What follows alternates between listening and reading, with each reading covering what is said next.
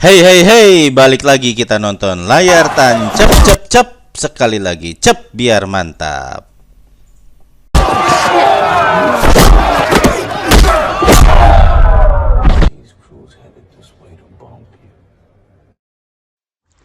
Di sebuah penjara, Isaiah Bond sedang asik-asiknya menikmati sore dengan pipis di toilet. Tiba-tiba Jesse dan gengnya masuk ke toilet untuk bergabung di acara sore itu. Kawannya Bond yang berdiri di sampingnya melihat hal tersebut lantas memperingatkan Bond. Namun Bond malah menyuruhnya keluar dari toilet itu segera. Lalu Bond membuka bajunya, membasahinya di wastafel. Lantas pertempuran pun tidak lagi terelakkan. Lawannya tiba-tiba mengeluarkan pisau buatan dan menusuk Bond. Namun Bond mengelak dan balik menghajar orang itu. Teman-teman lawannya itu ikut menyerang dan gagal melumpuhkan Bond. Malah sebaliknya, semua orang tergeletak di lantai WC itu. Tidak perlu waktu lama bagi Bond untuk melumpuhkan Jesse dan gengnya itu. Ya, sekitar 10 detik lah. Di sebuah lingkungan perumahan, Bond tiba di sebuah rumah kos. Di lingkungan itu, jual beli narkoba biasa terjadi di siang bolong. Roberto, pemilik rumah kos itu meminta Tamara untuk menunjukkan kamar kosong pada Bond. Tamara pun mengajak Bond ke kamar tersebut dan memberitahu peraturan di kos-kosan itu. Tidak ada gangster, senjata, maupun musik keras. Seperti yang aku cari, jawab Bond. Dan harus bayar di depan. Bond pun menyerahkan sejumlah uang kos kepada Tamara. Tamara senang dan menyerahkan kunci kamar kos pada Bond. Malam harinya di suatu tempat ada pertunjukan debus. Dan di tempat itu sedang dilangsungkan acara pertarungan jalanan. Seorang pria berotot tapi pakai roll rambut pink sedang melawan pria kulit hitam bersweater putih. Dan tak dikira, tak disangka, tak diduga pria dengan roll rambut itu berhasil menumbangkan lawannya. MC acara tersebut bernama Pinball. Si roll rambut pun merayakan kemenangannya dengan mengangkat kedua tangannya tinggi-tinggi. Tapi sayang, rambut diketeknya nggak dia roll juga.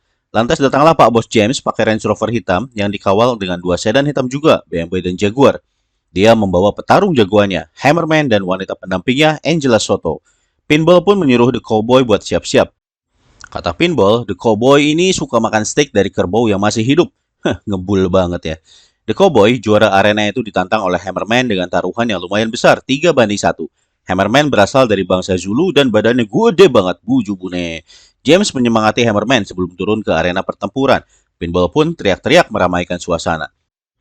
The Cowboy langsung menyerang Hammerman dengan beberapa pukulan beruntun, tapi Hammerman tidak bergeming. Malah Hammerman balas menyerang dan The Cowboy langsung cium aspal dan terus dipukuli oleh Hammerman tanpa ampun sampai mukanya The Cowboy berdarah-darah. Dengan mudah Hammerman menghancurkan The Cowboy. Pinball pun menyerahkan uang taruhan pada James dengan terpaksa. Gak perlu gua hitung kantong, ancam James sambil memegang kepalanya Pinball. Setelah acara selesai, Bond muncul tiba-tiba di jok belakang Pinball. Bond bilang ke Pinball kalau dia ingin bertarung dengan Hammerman. Tapi Pinball meremehkannya dan ngolok-ngolok Bond.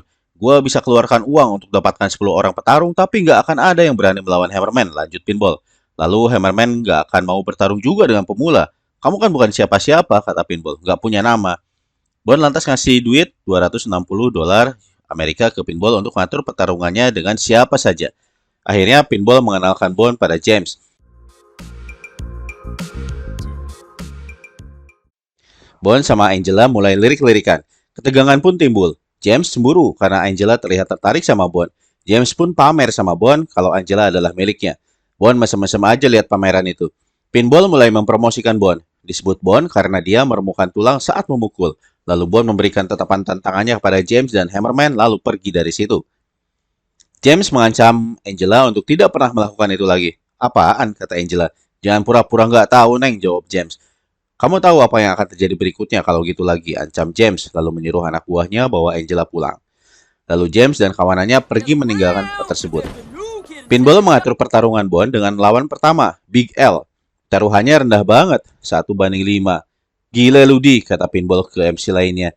Big L emang big, gede, hitam, pakai anting, hidup pula. Big L memandang remeh Bond dengan tatapan melecehkannya. Lalu Bond membalas tatapan itu dengan tendangan terbangnya yang akurat. Big L pun nyium lantai. Hanya perlu waktu 2 detik aja, saudara-saudara. Big L tumbang. Pinball senang bukan kepalang. Lalu Pinball ngoceh-ngoceh kalau mereka akan sukses besar. Mereka akan menghasilkan banyak uang. Bandar-bandar pertarungan itu tidak mengenal Bond. Ketidaktahuan itu bisa mereka manfaatkan untuk mendapatkan keuntungan berlipat karena bandar-bandar itu pasti akan memasang taruhan besar untuk kemenangan jagoannya. Tapi ketika Bond mengalahkan mereka, kemenangan besar itu akan beralih ke tangan Pinball dan Bond. Tapi Bond hanya tertarik sama Angela dan ingin tahu lebih banyak soal Angela. Wele, lupain aja Angela, kata Pinball. James menjebak Angela dengan obat terlarang sehingga kecanduan, lalu memperbudaknya. Sebetulnya Angela udah menikah dengan anak paduan suara, lanjut Pinball. Lalu hamil, dan anaknya itu nggak tahu di mana, kata Pinball. Jangan minta gua ceritain hal ini lagi ya, karena ini benar-benar cerita yang menyentuh hati dan tidak berperi kemanusiaan. James mengunjungi Daryl di rumahnya dan makan malam sambil ngobrol-ngobrol santai. Mereka bercanda-canda sambil hahaha. Daryl ditemani istrinya, sementara James dengan beberapa anak buahnya. Mereka terlihat akrab dan begitu membaur. Daryl adalah seorang atlet football. Lalu mereka nyanyi-nyanyi mengikuti lagu yang menjadi latar makan malam itu. Lalu tiba-tiba James membunuh Daryl dengan sebilah pedang. Istrinya yang kaget pun langsung dicekik oleh anak buahnya James.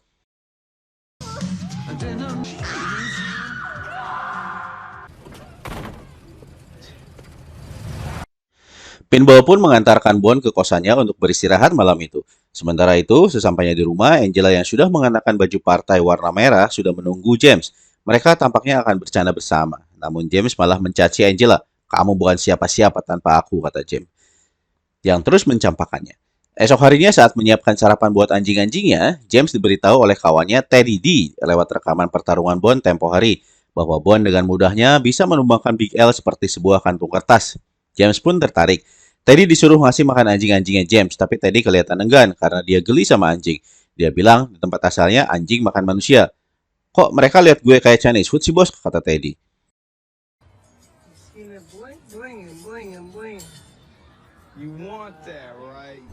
Di kosan Bond, anak-anak seperti biasa transaksi narkoba. Roberto pun mengusir mereka, namun tanpa dia tahu Bond sudah berdiri di belakangnya. Anak-anak itu pun langsung kabur saat melihat Bond. Roberto bangga, dia pikir anak-anak itu takut sama dirinya. Bond dijemput oleh Pinball untuk bekerja. Lalu malamnya, Pinball mengatur pertarungan lagi untuk Bond. Lawannya adalah si Gigi Emas, taruhannya 5.000 US dollar. Tato, bandarnya si Gigi Emas pun senang. Dia pikir dia bisa mendapatkan 5.000 dolar itu dengan mudah. Mulailah si Gigi Emas dan Bond bertarung. Hanya 1 detik si Gigi Emas tumbang karena bogem mentahnya si Bond. Pinball lantas membual-bual kalau Bond bisa lawan 2 orang sekaligus. Tantangan tersebut pun diterima oleh Tato. Pinball deg-degan juga nggak yakin Bond bisa lawan 2 orang sekaligus. Lalu Tato menyuruh 2 jagoannya untuk melawan Bond secara bersamaan. Jagoannya Tato dibanting-banting diputar-putar kayak gasing. Dan Bond cuma perlu waktu 10 detik saja untuk menaklukkan 2 orang Tato sekaligus. Itu pun karena Bond main-main. Lalu 3 orang maju sekaligus, hanya 5 detik semuanya tumbang. Tato nggak terima kekalahannya. Dia bilang, katanya Bond amatir, tapi ternyata dia jago. Dan nggak mau ngasihin uang taruhannya pada Bond. Ayo sini, ambil uangnya kalau berani, kata Tato. Semua anak buahnya Tato pun menyerang Bond. Akhirnya Bond merebut uang itu dari Tato setelah merumpuhkan semua anak buah Tato. Lalu melemparkan gepokan uang itu pada Pinball. Betapa girangnya Pinball. Bond pun dapat nomor telepon salah seorang petarung cewek di situ. Tapi Tato yang kesal lalu memberondong mereka dengan senapan mesinnya. Mereka pun segera kabur.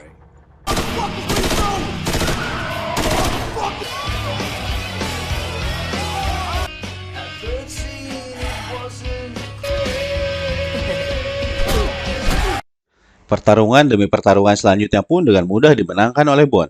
Ada yang dicekek, ada yang disikut, ada yang ditendang, ada yang dipiting, dan lain sebagainya. Uang pun mengalir ke tangannya Pinball sebagai bandarnya Bond.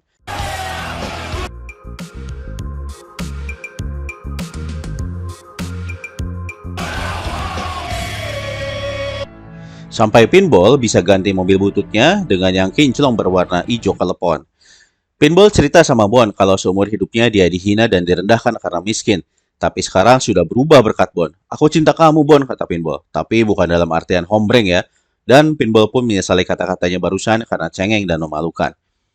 Di kosan, Tamara mulai kepo sama Bond dan sok-sokan perhatian dengan ngobatin lukanya Bond.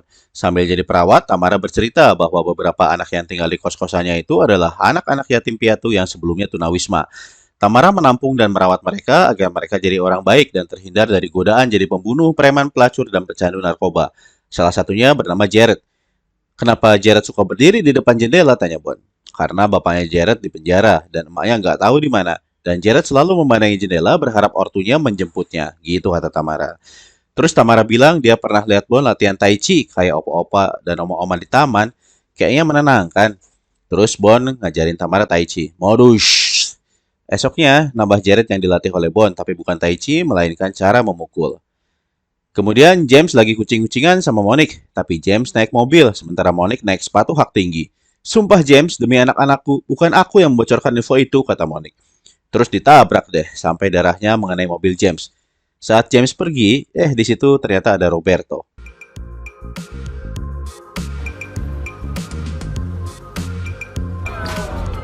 Malam harinya, Hammerman dipersiapkan untuk melawan Bond. Dia didoping dulu ternyata, disuntik dan diberi pil. Hammerman pun merasa sebagai orang terkuat di muka bumi ini.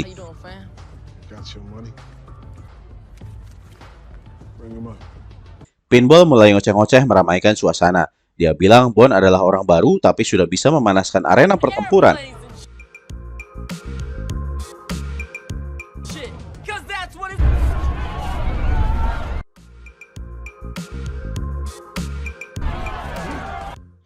Hammerman mulai panas dan mulai menyerang Bond dengan pukulan-pukulan bertenaganya. Tapi tidak satupun yang mengenai Bond. Malah Bond yang bisa ngejitak kepala pelontosnya Hammerman. Hammerman pun makin memanas dan nafsu karena merasa dipermainkan oleh Bond. Sementara James dan Teddy saling pandang tidak menyangka Hammerman akan dipermalukan di hadapannya. Lalu Bond mulai melayang-layang dan menghajar Hammerman. Dan tebak berapa waktu yang diperlukan Bond untuk menumbangkannya? Hanya 30 detik saja. Itu pun karena Bond sambil main-main. James pun dengan tidak rela menyerahkan uang taruhannya pada Pinball dengan tatapan mengancamnya. Pinball pun ragu-ragu mengambil uang itu. Lalu James mendekati Bond. Dia bilang belum pernah melihat yang seperti itu. Dia mengundang Bond sama Pinball ke rumahnya untuk berpesta. Di pesta itu, Teddy sedang asyik masuk dengan dua orang wanita sekaligus di sofa. Sesampainya di rumah James, mereka ngobrol-ngobrol. Datanglah Angela, dan kejadian lagi. Mereka pun lirik-lirikan.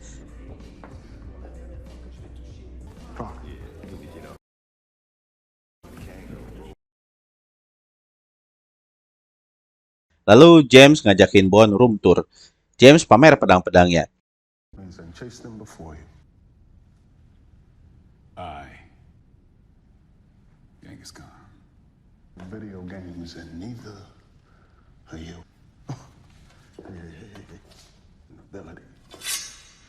James memujuk Bond untuk jadi petarungnya di kelompok orang-orang kaya yang menyebut dirinya The Consortium.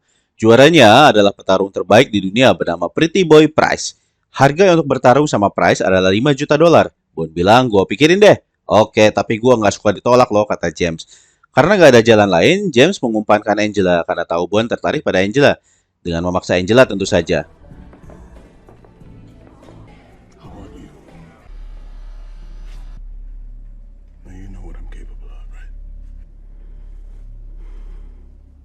Meskipun awalnya Angela menolak mentah-mentah dirinya dipergunakan untuk merayu Bond, Angela nggak ada pilihan lain selain mengajak Bond ke kamarnya. Karena takut akan ancamannya James. Ya udah bang, ayo ikut aku, kita main bola, kata Angela pada Bond.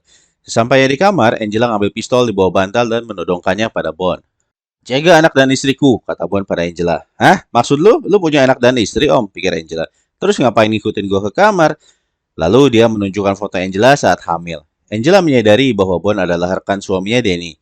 Danny yang memperingatkan Bond saat acara di toilet di awal film tadi.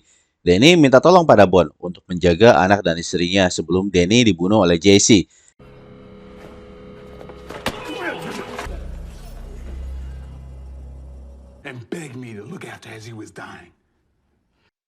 Ternyata James lah yang menjebak Danny sehingga masuk penjara untuk mendapatkan Angela. Angela tidak mengetahui apakah anaknya masih hidup atau tidak. Bond bilang dia tahu di mana anaknya Angela dan Danny. Ketika keluar, Angela pura-pura muji kegagahan Bond di tempat tidur. James kesal juga sih kelihatannya. Lalu Bond menyetujui tawaran James. Dengan syarat, Bond bisa membawa Angela untuk pergi sementara waktu. Biar makin mantap, kata Bond. James pun terpaksa menyetujui permintaan Bond itu. Jangan lupa bawa obatmu, kata James pada Angela. Padahal yang dibilang obat itu adalah narkoba biar Angela tetap kecanduan dan mau jadi budaknya James selamanya. Tapi ternyata Bond membawa Angela ke tempat rehabilitasi narkoba memakai nama samaran agar tidak bisa dilacak oleh James. Sementara itu James mulai menemui Franklin untuk mengatur pertarungan Bond dengan Price. James bawa duit cash 5 juta dolar. Tapi Franklin malah ngejek-ngejek James dan rasnya. Franklin bilang James dan petarungnya itu nggak pantas bertarung di depan orang-orang kaya dan berkulit putih. Setelah dibujuk-bujuk, Franklin setuju mengatur pertarungan di depan The Consortium itu. Tapi kalau Bond kalah, James akan dihancurkan. Bond yang baru pulang kaget karena banyak polisi berkeliaran di daerah kosannya. Ternyata Roberto dibunuh karena melihat korban kucing-kucingan James lalu ditabrak tadi. Dengan cara diserang oleh anjing-anjingan James dan dicabik-cabik sampai mati. Lalu Bond pun mendekati Tamara dan menenangkannya sambil ngelonin Tamara. Gak disangka James mengunjungi Bond di kamar kosnya itu ketika lagi ngelonin Tamara untuk memberitahu kalau Price sudah siap bertarung. Bond nanya, kamu naruh duit taruhan? Iya, 5 juta dolar, jawab James. Terus Bond bilang, dah gue pikirin tapi gue nggak mau berantem. James marah besar, lalu mulai menyandera Tamara. Tamara pun kesal dan mengusir Bond.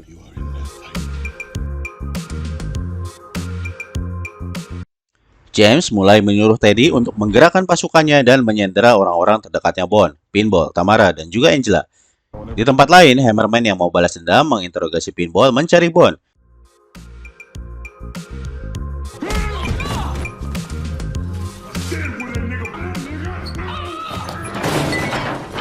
Pinball diangkat-angkat lalu dibanting-banting ke meja sama Hammerman.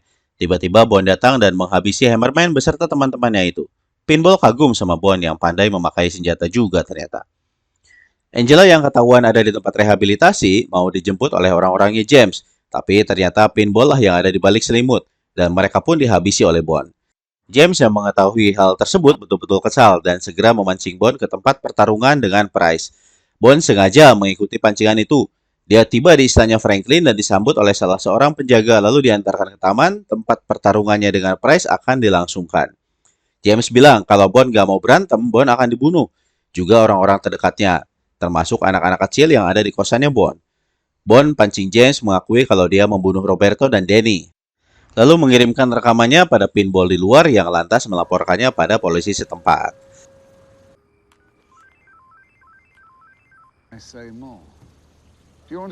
Bond pun bertarung dengan Price yang memakai setelan jas lengkap dan gak mau ganti baju dulu. Hah, buat apa katanya. Awalnya mereka pura-pura nyerang dulu, saling membaca situasi dan kekuatan tampaknya. Lalu Bond memukul dan membanting Price, tapi Price langsung berdiri tanpa mukanya menyentuh tanah sedikit pun. Bond pun menyerang lagi dengan tendangan dan pukulan terbangnya. Tidak lama kemudian mereka saling mengunci di lantai. Price pun berhasil lepas dari kuncian Bond dan mengirimkan tendangan ke mukanya Bond. Setelah bertarung beberapa saat, Price mulai kerepotan dan melepas jasnya. Dengan gaya meremehkan, Price melanjutkan pertarungan. Tapi malah terus dihajar oleh tendangan-tendangannya Bond. Mamam. Sampai Price sempoyongan memakan pukulan dan tendangannya Bond. Setelah berhasil mengunci Price, Bond malah menyerah. James pun mengambil pedangnya dan menyerang Bond. Lalu Franklin menyuruh anak buahnya untuk memberikan pedang juga pada Bond agar pertarungan menjadi seimbang. Ternyata Bond jago pedang juga.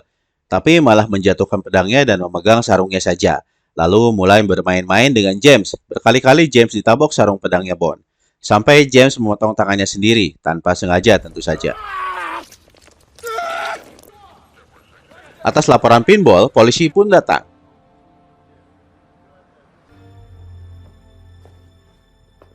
Ternyata Jared adalah anak Danny dan Angela. Angela pun datang ke kosannya Bond dan menemui Jared. Bond pun telah memenuhi janjinya pada Danny dan pergi dari kosan itu. Tamara merasa bersalah dan mencoba menahan Bond di kosannya, tapi Bond harus pergi.